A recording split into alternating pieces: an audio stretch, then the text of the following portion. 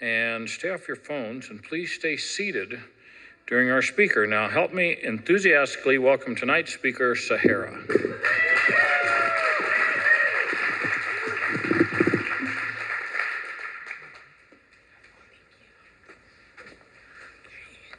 Sahara alcoholic. Is this good? Does it need to be higher? You can hear me? All right, wonderful. I'm so glad to be among friends tonight. I'm glad to be among adults and speak in an adult voice and not in a goo-goo gaga voice because I'm around children all day. It's really nice to be here. Welcome to the newcomers. We're glad you're here and you're exactly where you're supposed to be tonight. Congratulations to all the token takers. That's very, very exciting. My sobriety date is July 31st, 2016, and we've been in Prescott, myself and my family, for just under 2.5 years, and I got to have this really great experience last weekend where my house was full of fellowship, and a couple friends celebrated some AA birthdays, so we opened up our house just to feed people and to love on them. And everyone leaves, and my house is full of evidence that it's been very well loved that day, and I'm wiping down some counters, and I'm overcome with that feeling of gratitude that I can't put into words. Because I'm in a state that I didn't grow up in. I've been here for less than 2.5 years, and I already have people in my life who want to come to my home, who want to spend time with me, who trust me, that I trust back. Like, that can only happen. In my experience, that has only happened in Alcoholics Anonymous. I've been a part of other communities in my life, right, through different hobbies or activities or different fellowships. Like, I've been a part of other groups, but I've never experienced what I experience in AA. It's truly, truly very unique. And I did not think I was going to get that when I first came here. My whole life, I was constantly searching to be part of a clique, to be part of a group of friends at school or at the church I went to or at the sports club where I did my sports. Like, I always wanted to be a part of a group of people, and I never got that.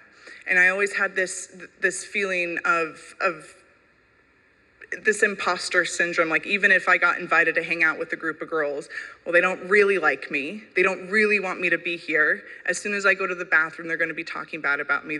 There was always this negative voice in my head that's telling me I don't belong, no matter where I went, even within my own family. My sister says I can hang out with her, but she doesn't really like me. She doesn't really love me. And I was given no real evidence of this. Like, nobody actually treated me poorly. Nobody actually pushed me out of a group and said, you're not welcome here. Nobody said those things to me, but that's how I felt. So when I discovered alcohol for the first time, all of that got super quiet. The committee upstairs stopped speaking to me, or they were just all getting along, whichever one it was. There was not this war of dialogue going on in my head any longer. And I could breathe. I felt relaxed and happy. I grew up in a home where alcohol was not present, and it wasn't because I have alcoholic parents. It's because they had alcoholic parents and grew up in alcoholic homes. Both of my grandfathers were, and they did not want that in their house, and we never saw it. Family functions, when we get together with, the aunts, uncles, cousins, grandparents, nobody had it anywhere, at any holiday, any family function. And so when I would go to maybe somebody else's house for a barbecue or a neighbor's and there was alcohol, it was a huge deal because it was never allowed where we were. And it's not that it was a place of neutrality. It was, alcohol was bad. Alcohol was evil. It creates evil in your life. So from a very early age, alcohol was this combination of like a boogeyman and this magic elixir that I wasn't allowed to touch. And I was curious. I was super curious. And of all things, I eventually got my hands on some. I think a neighbor got some from her parents' cabinet, and we snuck to the elementary school that was closed on the weekend and drank in the lunch area. And it wasn't, I had this sensation where like I thought something big bad was gonna happen, like the big bad boogeyman was gonna come out if I drank, and nothing happened. Like it didn't feel like a big deal. What felt like a big deal was how good I felt once I drank it. And I knew nobody could find out because it wasn't allowed in my home. My parents didn't drink. So from that point on, when I tried it, it was, how do I get my hands on it? How do I be sneaky? How do I get to the next drink? And already at that age, being a young teenager, I didn't, it was this weird combination of like, I did want to fit in, right? I wanted to be part of these groups, but like, I also never wanted to go to the party. I don't want to go to your party, but my feelings are going to be hurt if you don't invite me. That was my like youth right there in a nutshell. I want to hang out with you, so ask me, but I'm not going to. And if you don't ask me, my feelings are going to be hurt. Like it makes no sense. It does not track normally in my brain. It made no sense.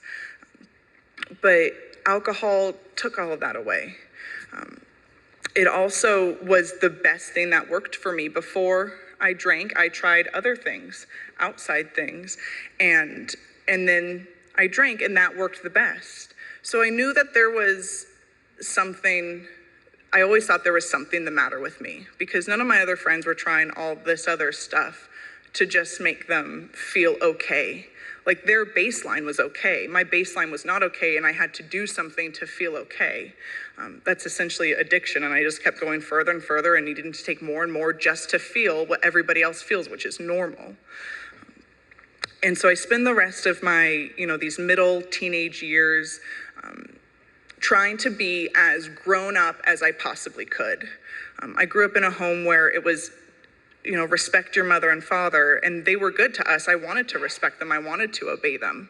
So if I went out one night and they said, and it was always ironically or jokingly, because they didn't think we were actually doing this. If my dad was like, don't drink tonight, I actually wouldn't, because he told me not to. But if I happened to leave the house and nobody said, don't get in cars with strangers and don't drink, if nobody told me not to do that, I would use it as justification to do it, because you didn't tell me not to. So it's always someone else's fault why I'm behaving the way I'm behaving. You didn't say, don't behave that way. So we had a lot of rules. We had we had strict, loving parents. But ultimately, I wanted to grow up as fast as possible because I wanted to make all my own decisions. It was, if you want to do that, move out, get your own roof. Under my roof, it's my rules. So I'm like, all right, I'll get my own roof. So I finished high school early. I did this study program, tested out, was working the whole time and saved up enough money to move out and get my own place so I could start living the life that I wanted to live.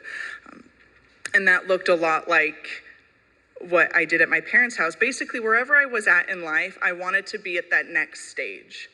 So as a young teenager, I wanted to be a young adult. And then I got to young adult. Well, everyone in their 30s looks like they're having a way better time than me. I want to act like them. So everything was very strategic. How do I get what I want? How do I get what I think I need to feel okay? So I move out, and now nobody's telling me what to do, because nobody's paying my rent. I pay all my own bills. I'm not on anyone's health insurance. Like, nobody has any hold over me.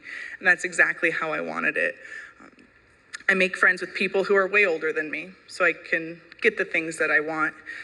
And I can get those privileges of what older people can get or have. So I had no real relationships. It was all take. And what I gave you was, again, strategic in order to get something even better from you. So I only gave you something that I thought wasn't valuable or just didn't want anymore in order to get something even better. It was all, what could I get from people? And that was what my relationship with God was like. What can I get from God? Not what can I do for God? Not, who does God say I am? It's all, there's this God in my life. Because I grew up in a house that was a relationship over religion. It was a very great introduction to God. And having alcoholism as I do, I twisted that and I perverted it, and I took it, and just my self-will ran through that relationship. I always thought the bad things that happened to me were because I did something to upset God. Okay, well, my car got towed because I drank last night and I'm underage, or I lost my job because I did this thing. Anything bad, and sure, there's natural consequences to my behavior, but I specifically thought God was smiting me because I wasn't a good girl. And nobody told me that that's how it was. I didn't learn that in church. I didn't learn that from my parents or other influential adults in my life. I just made that up on my own. I mean, maybe somewhere I grabbed it from somebody. I don't remember, but nobody told me that that's how God operates. That's just what I turned it into. Bad things happen to me because I'm not good. So if I try and be perfect, then bad things will stop happening to me. And the more I tried to be good, the more I tried to be perfect, the deeper into alcoholism I got. Because anything I do based on my self-will, I'll turn it into something not good. So I'm living this life where I finally get this freedom that I've always craved. Alcohol gave me that feeling of freedom, and now I have a tangible freedom. I'm out on my own, I'm living in a city, I have all these older, cool friends, and I start to notice I drink differently, because while they're still drinking their first glass, I'm on my third glass. And I start to notice people are saying things, slow down. Are you sure you want to drink another one? Maybe you should give me your keys. So then I start drinking in secret. Oh, I'll get the next round. I'll volunteer to get the next round at the bar so I can take a shooter real quick before bringing everyone back their drinks so they don't have to see me drink. So I start to pick up that I drink differently, but I didn't think that was a bad thing. I thought it was a good thing that I drank differently. If alcohol made me feel a certain way, then more alcohol equals feeling better. So the whole point of it is to take more. So me drinking differently, I just thought, well, I drink better than you, because the point is to drink as much as you possibly can, and you're not doing that, so you're a lousy drinker. I'm a better drinker. That's really, really what I thought. And I remember people trying to talk to me about what my drinking might turn into. And these were non-alcoholic people, but they understood the disease because they had an alcoholic father or somebody in their life that they grew up with. And it wasn't until years later where I came to AA and I now know only another alcoholic can speak my language. Only another alcoholic can win my confidence. So everything that everyone else said fell on deaf ears. They weren't alcoholic. They might have seen some signs that my drinking was definitely turning into something. And I don't think I ever crossed a line. And I know some people have that story where they drank normally and then they crossed a line and they can't go back. I came out the womb an alcoholic. My alcoholic thinking happened way before I had a beverage. And that was me always trying to grab for something on the outside to make me feel better on the inside. Alcohol just worked the best. And it was really fun at first. I like that the book tells us in working with others, if you had good times, share about those good times. I remember my papa, who had gotten sober and was sober for a really long time before he passed away. He might have saw something in me because he told me, be careful of being a happy drunk. Being a happy drunk is a really scary kind of drunk to be because you might not realize that you have a problem because you're so stinking happy. And that was what I was like in the beginning. People liked it when I drank. I would be out smoking a cigarette, told myself I'm not drinking anymore. And somebody would pull me inside being like, I ordered you your next drink. And that's what it was like in the beginning. And I paint that picture because that's not what I was like at the end. It's 100% a progressive disease. Towards the end of my drinking, nobody was inviting me for another round. Nobody was offering to take me home. People were sick of my antics.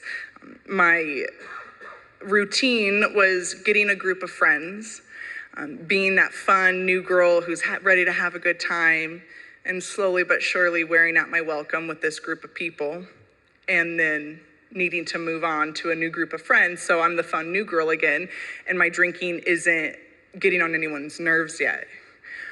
And that was the cycle. I just kept cycling through people, or it wasn't necessarily my drinking that wore out my welcome. It was my behavior when I wasn't drinking. Because when I'm not drinking, I'm more miserable, in my opinion, than when I was drinking. I was a misery to be around. that feeling of discontentment was in every waking moment until I got my next drink. And then eventually I found outside things to help me drink more through the day or night. And that took me somewhere where like, it's a miracle. I never believed when people were like, oh, we're all miracles in here. I'm like, we're all degenerates. Like, I don't see any miracles. But when my first sponsor asked me to look for evidence in my life where God was there or God protected me, led me exactly to the moment that I am right now, that's when I'm like, holy crap, we are all miracles. Like, how did I not die? How am I not still out there? The night of my last drink, I mean, this was months before my last drink, I got to a point where I would get drunk and I didn't want to be drunk anymore. And I remember praying like, God, please make me not drunk. Like there's just a button he could press and I'm sober again.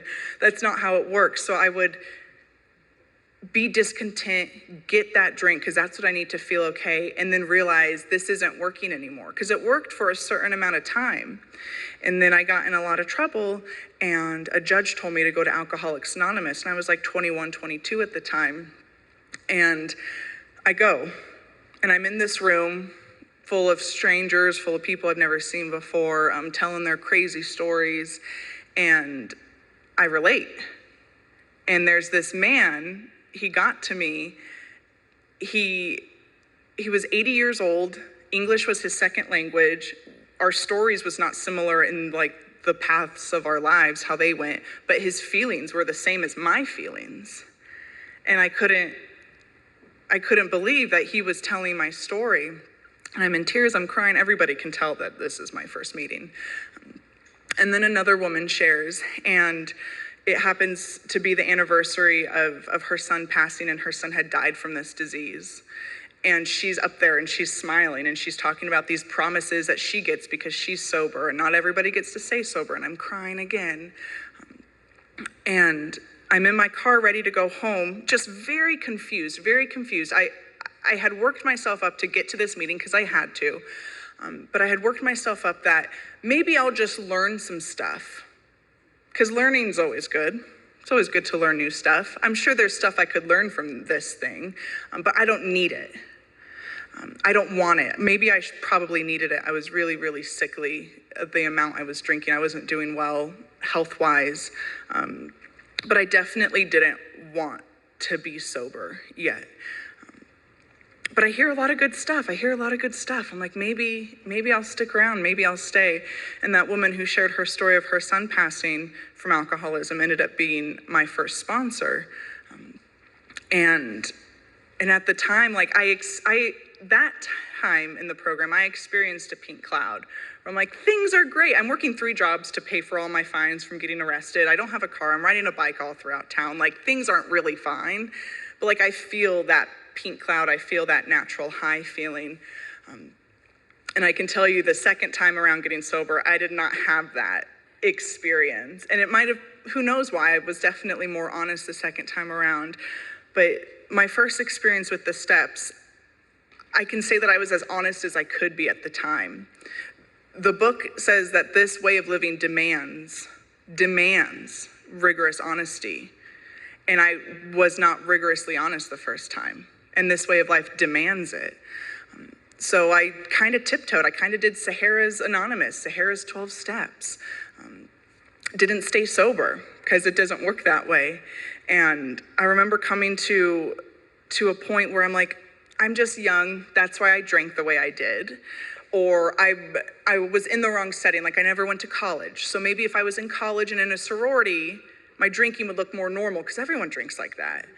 But because I wasn't in that setting, it stood out more. Like I was making all these excuses why I don't need to be sober. And really, I went out because I wasn't fully convinced. I wasn't fully convinced that I'm an alcoholic. I wasn't fully convinced that I can't drink like a normal drinker. I wasn't fully convinced that I have a physical allergy. My body breaks down alcohol different than a normal drinker. I wasn't fully convinced that I have this obsession that takes away my choice. and I wasn't convinced that I had a spiritual malady. My relationship with God when I went out was still very much a barter system. It was very much a barter system. When I decided I was going to drink again, it wasn't all of a sudden I woke up and I drank. I had stopped calling my sponsor. I had moved from the town I was living in with my regular meetings, didn't find new meetings in the new town I moved to. I stopped doing all this stuff, and really I had planned the whole thing, and every day I was getting closer to this day I was going to drink again. I was getting more and more excited. I get my little friend back. I get my juice back. I get that one thing that makes me feel really good back. And I was very excited because I didn't get what the book promises the first time around because I didn't really do anything. So I didn't get all those wonderful things. So I'm like, okay, how I get that wonderful feeling again is drinking. And I was constantly talking to myself in an unhealthy way. But I was bartering with God, and I was making an agreement between me and God. Okay, this is what I'm going to do. I'm going to drink. And I know I've learned enough about the disease and about myself to know if I'm an alcoholic once I drink again.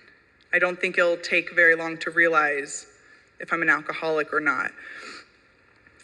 If I'm an alcoholic, I'll come back in 10 years. Because I'm young, and it's not fair that I had to get sober in my early 20s. When people get to come into their rooms in their 30s and their 40s and their 50s and their 60s, sometimes 70s, they have had their whole life to drink. And I only had this short amount of time. That's not fair.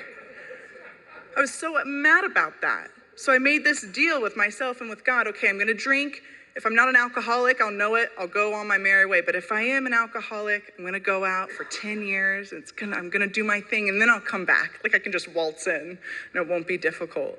And that was the agreement with myself. and I remember telling my sponsor, who I was talking to sporadically, she wasn't really my sponsor at that point, but she didn't convince me out of it. She was like, no, honey, that's a terrible idea, or you're going to die. There was no like hellfire that she was preaching. It was like, all right, I'm here if you need me. Go do some more research. And I was expecting like somebody to be like, don't leave, Sahara, we need you. And that didn't happen. So the story plays out is I did not last 10 years out there. I managed to drink for another year, and I came back into the rooms of Alcoholics Anonymous, metaphorically on my hands and knees. I learned all that I needed to. Drinking, again, when I had a little bit of an idea of my disease and about my person and what could be, was super painful to drink with that in my head. It got progressively worse, just like the book says. I got to experience that. I got to experience feeling everything that I felt a year previous, because I had managed to stay in the rooms for a little over a year. And I went out first on non-alcoholic beer, thinking that wasn't a big deal. And I drank non-alcoholic beer, and it was like the next day that it was the real stuff.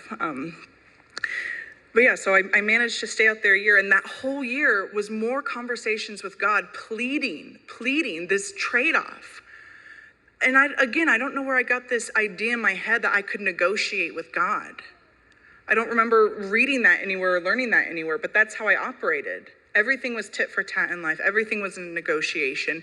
You do this for me and I'll stop doing this. Or if I just get this, then I can be sober. If I just get the perfect wardrobe and look cute all the time, then sobriety will be easy. Or if I just get enough money saved up and get my own place again, because I wasn't living on my own at that point. I was not self-sufficient. Then I can get sober and it will be okay. And the night of my last drink was complete and utter debauchery. I drive home extremely intoxicated. And I go and I'm living at my parents' house, and it's like 7 a.m, but they've already been awake for a few hours, and they're having their coffee and they're chatting, talking about their day, just all in love and happy and disgusting. And my mom's like, "What's wrong, sweetie?" She can tell I'm not okay.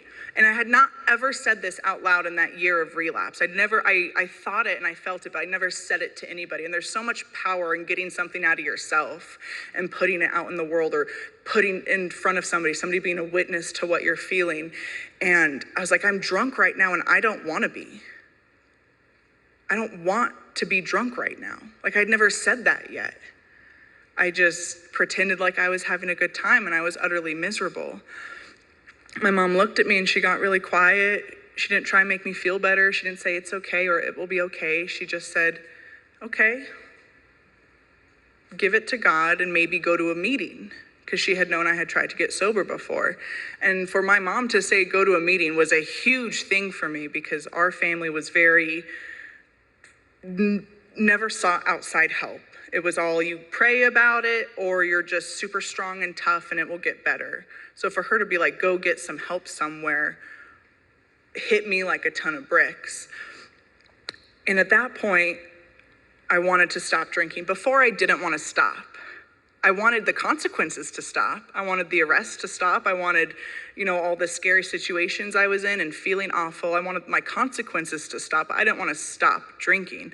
This time around, I wanted to stop drinking. I felt so far away from God. I felt hopeless for the first time in my life. I felt too far gone.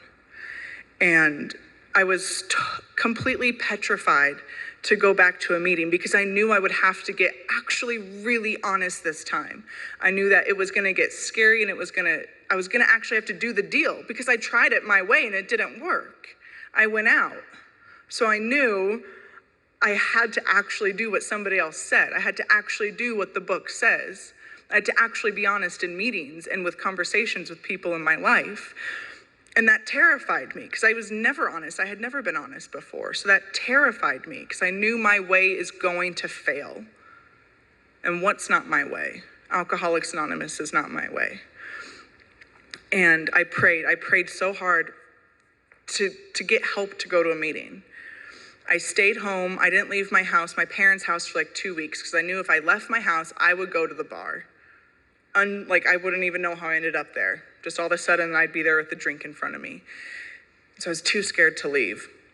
And I got into enough pain just locking myself in my house, thinking I could just avoid interactions with alcohol, that I eventually got the nerve to go to a meeting. And that's how most of things happen in my life, even in sobriety. I have to get into enough pain to then do something about it. And thank God, though, that pain is the touchstone of all spiritual growth. Thank God that's how it works, or I wouldn't stick around. So I managed to go to a meeting, and I'm terrified because I'm in my hometown where I grew up. I'm afraid I'm going to see somebody I know. The first time I tried to get sober, I was living far away from home. So now I'm on my home turf, and I'm scared. And I can tell you, to this day, I do not know how I got there. I do not know how I walked through those doors. My legs were not moving on my own because I was that scared. But I got through the doors, and I prayed the whole way from my car to the front door in the parking lot, like, God, send somebody to talk to me, because I'm not going to talk to anybody else. I'm going to sit in the back, far away from people. I'm going to keep my head down. I'm not going to look anybody in the eye. But I knew that wouldn't work, because I tried that. So God, please send somebody to come talk to me. I'm too scared. I'm not going to talk to anybody. And not 2 seconds after walking through those front doors of that church, a woman who had her back turned to me, having a completely separate conversation with somebody else, turned around, looked up, and walked over and said, "Hi, I'm Beth. Are you new?" It was very obvious I was new. I wasn't in here for 2 seconds, in AA for 2 seconds, completely willing this time. And I already got a miracle. Less than a minute, and I already got a miracle. And that meeting, that woman that I met, she ended up taking me through all 12 steps for the first time. And she sponsored me for a very long time, only until I moved here. And I got a new sponsor because I want somebody to call me out. I want somebody to know me and look me in the eye. And I got that today. The first time I did the steps, like I said, I did them my way. And I got no promises. I got no relief. I still felt I still felt bewilderment and depressed and everything. The second time around with the steps, it was, I don't want to say every step was painful, but it felt like every step was painful. It took me a whole year to finish my steps, and that's just the way it worked out. I did a step a month based on how much writing she assigned to me and how much reading, and then our schedules That's what it took. It took me a month to finish one step. I don't suggest that. That's just how it happened for me. And what my program looks like today is I definitely don't spend a whole month doing something that my sponsor suggests me to do. That's probably why my experience was so painful going through the steps for the first time, because I really, really drug it out. And today, I get to experience the steps. They're so different. And anybody who's sponsored knows that experiencing the steps, taking somebody through them, I understand them deeper now. I understand them differently now. This woman was able to basically translate the big book for me. And that's what a sponsor does for me. She helps me understand the words that are in the big book and help me understand this solution. The first time I read it, it was like hieroglyphics. It was like a different language. I liked what I was reading. Some of it made sense, but I didn't really understand it. And the more I read it, the more I understand it today, which is why I don't ever stop reading the big book, or the 12 and 12, any of the AA literature.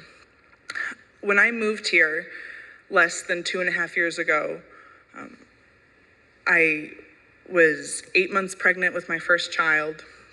My husband and I were still newlyweds. And before we moved here, we were back in California. We had all of our home groups. We had all of our commitments. We had all, we were really doing the deal. I was a GSR and he was doing this. And we tell everyone our decision to move. And everyone in our life that wasn't in AA was like, you're insane. Why are you moving your whole support system? Why are you moving away from your whole support system when you're newlyweds and just about to have a baby? That's crazy. And then we tell everybody in AA, and everyone's like, you can do anything when you're sober. And, oh, you're going to find, fellowship, just get to a meeting right when you're out there. Like the way people deal with life in and out of the rooms is, in my experience, drastically different. I've had friends who come to me and be like, why don't you ever come to me for advice about work or friends or relationships? Like, why don't you ever come to me with your problems? And I'm like, because I don't tell this to them, but I don't like their solution. That's not how I want to deal with my problems today. That's how I dealt with problems for 25 years. I get to deal with my problems differently today. And there was a part of me in early sobriety that thought finishing these steps or continuing to do these steps or working with somebody, my problems would go away. Again, nobody told me this. I didn't learn this from anybody. This was just inside. I thought, if I get sober and do what these steps say, bad things will stop happening to me. That's not the case. Just like, 6 and 7, just because I can, ask God to remove a defect doesn't mean I'm never going to participate in that defect again. But what I get is a way to deal with my problems differently today. What I get is a deeper connection with God today. When I came back, I described that I felt so far away from God, so far gone. And that first step, my life being unmanageable, I had a different definition of unmanageable. I thought I was unbendable.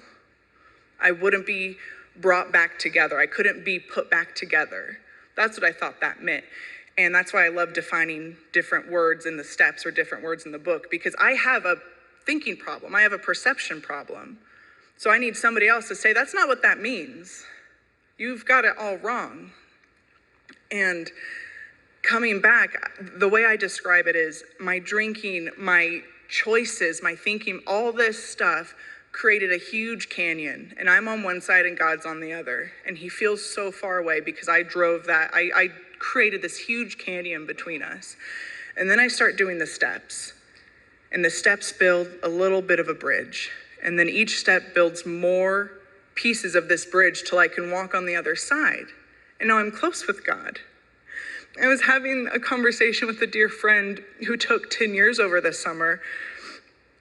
And we were talking how it's a wild feeling that I want this more now than I did when I was desperate when I first came in here. I want this life more now. I want this solution more now, this fellowship, this connection with God more now than I did when I was dying. And that's because I've received the promises. And I have this relationship with God that I didn't think was possible. And I know what I have to lose today. When I first came in here, I had lost everything already. And there wasn't even that much to lose. And now I have all these great material things, and I have a great family. Ultimately, the most important thing in my life is my connection with God. That daily connection I get with him is the only reason I don't drink today. That's the only reason I don't drink today. Anytime I try and take the reins back and do it myself, I wreck it. And I don't wreck it because I'm a bad person. I'm not like berating myself. But in my nature, I'm human. And my humanness will take something and distort it. And the more I try and do it myself, the worse things get. I have plenty of evidence to know that. And that doesn't stop me from going back and trying and testing the waters. Like, what if I had it this time? What's different today than it was when I first came in is, and I've heard it so many different ways, one of my favorite ways is that the road narrows. The longer I'm sober, the more the road narrows, and I get less room to feel uncomfortable. So I can withstand pain for a shorter amount of time. Like before, it might take 2 weeks. Now, I'll call my sponsor a few hours after something happens because I don't feel good. I don't like the way I feel. I don't stop coming back because I don't stop being alcoholic. I don't stop taking suggestions because I don't stop being alcoholic. There was a moment, and I've shared this before in other meetings, where I was 8 months pregnant again with another child, with my second child, and I thought about drinking. I have this beautiful little life growing inside of me. I have a beautiful, cute family back at home, and I thought about drinking. I was in a gas station, I don't know what gas station, but I was in some gas station in town. It was a Friday night, and the line was long, and I kid you not, everyone in front of me was buying alcohol. Like they were boozing up for the night, getting their inventory. And I saw one older man have the big gulp soda and getting some shooters. And I don't know for sure if he was gonna do this, but I guess because that's what I would do is I would get my soda and pour my shooters in it and have my little cocktail for the night going from, stop to stop. And I saw him do something that I did, and that made me think about drinking. And I could taste the whiskey in my mouth. I ran through it. Well, Jack wouldn't know. He's at home.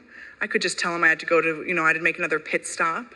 I wouldn't have to tell anybody. The baby's pretty much developed. I don't think anything bad would happen to him. Like I thought all of those things. That's how insidious this disease is. That's how insane my thinking can be. And I didn't spend time racking my brain. Why did I think that? I thought it because I'm an alcoholic. And I think differently than a non-alcoholic. If a non-alcoholic pregnant woman saw somebody getting a shooter, she wouldn't try and think it was a good idea to drink. That wasn't my case. And I knew I had to call somebody. I went to the gas station for chocolate. And I ended up staying in line to get my chocolate because I really did want that. And then I went home and I start calling people, and it was like 9:30, so no one's picking up because it's late. People are asleep. And every time I call the next person and somebody doesn't answer, my alcoholic mind says, this is your sign, just do it. Call the next woman, no answer. See, no one likes you. Just like when you were 12 years old, nobody really wants to be your friend. You're an imposter, you're part of the AA clique, and you don't really belong, just go drink. And it gets louder and louder each time I call somebody and nobody answers. And the 7th time I called somebody, I get somebody who picks up. And it's exactly who I was supposed to talk to that night. There's no coincidences. God worked it out perfectly. And by the end of that conversation that I started crying, then we were laughing. And I didn't have to drink. And the reason why I didn't have to drink that night is because I pulled a tool out of my pocket, which was call somebody. That's why we say, call me every day. There's lots of reasons why we say that, right? It can be a willingness check. For me, it's to build that muscle memory. So when I'm 7 years down the road and I think drinking's a good idea, my muscle memory is to pick up the phone and start calling people. And I don't stop calling somebody until they pick up. And I've shared that story with like young sponsees, and they're like, oh my God, you're so smart. I'm like, none of this is my idea. Nothing I say is ever original. It's all from my sponsor, so like nothing I say is unique. And if I do happen to say something that I haven't heard from somebody else, it doesn't come from me anyway. It comes from God. It's something that God wanted me to share. And that's what this program does is it strips me of myself, because myself gets me in the worst situations. Myself removes me from my relationship with God. God didn't jump across the canyon. I'm the one who kept like backing up and digging the shovel and making a bigger hole. I'm the one that pulls back. I'm the one that pulls away. And I was thinking about this earlier. Anytime I know I'm going to speak, just memories like flood back that I haven't thought about in a while. And I thought of something where I didn't necessarily believe that I was going to get and stay sober when I came in. I didn't necessarily believe that this thing worked, but I saw a room full of happy people who were laughing about some pretty dark stuff. And that was intriguing. But I just believed you guys. Somebody I could see smiling, somebody who I could see that they told me they didn't drink today. I didn't understand the book when I first came in, but I believed what I saw, which was people who were sober today, who were effective members of society today, people who said you can have a relationship with God and it can be your own understanding. You don't need to choose my God. You don't have to know God like I know God. And I got to create this beautiful relationship with a higher power that gets to keep me sober today. I've come into this town and women just flooded my life. And I happen to now have like all these friends who are also mothers of young children. Again, not a coincidence. God keeps bringing these people into my life so I can stay close to the fellowship today. And then there's a lot of practical things that I do. I see my sponsor at least once a week. I take suggestions. I get to take women through the steps, and that really is the bright spot of my life. I used to really despise the thought of having a boring, simple life. And today my life is honestly pretty simple. And if I got anything that I wanted to at the end of my drinking or at the beginning of my sobriety, if any of those things actually came to be, I would have completely shortchanged myself. I don't want anyone else's life today. I don't want anyone else's relationship with God today. I get to work with women where I see myself in them. And I get to guide them through the steps, which keeps me sober. And every time I get a sponsee that doesn't do what I say, I get super entitled. But I also get to be reminded that I'm the one who's sober today. I'm the one who's sober. And I get to be sober and watch my children grow up. And I get to be sober and watch their father play with them. I get all of these gifts that, again, if I got what I wanted years ago, I actually wouldn't have anything that I have today. If I got what I thought I needed, what I thought I wanted. I get exactly what I need, exactly when I need it. I'm so grateful this program is progress, not perfection, because I constantly fall short and get in pain and have to be reminded. And it's those experiences then I can tell the next woman who's hurting. I did that same exact thing. So thank you for listening to me. Keep coming back. That's all.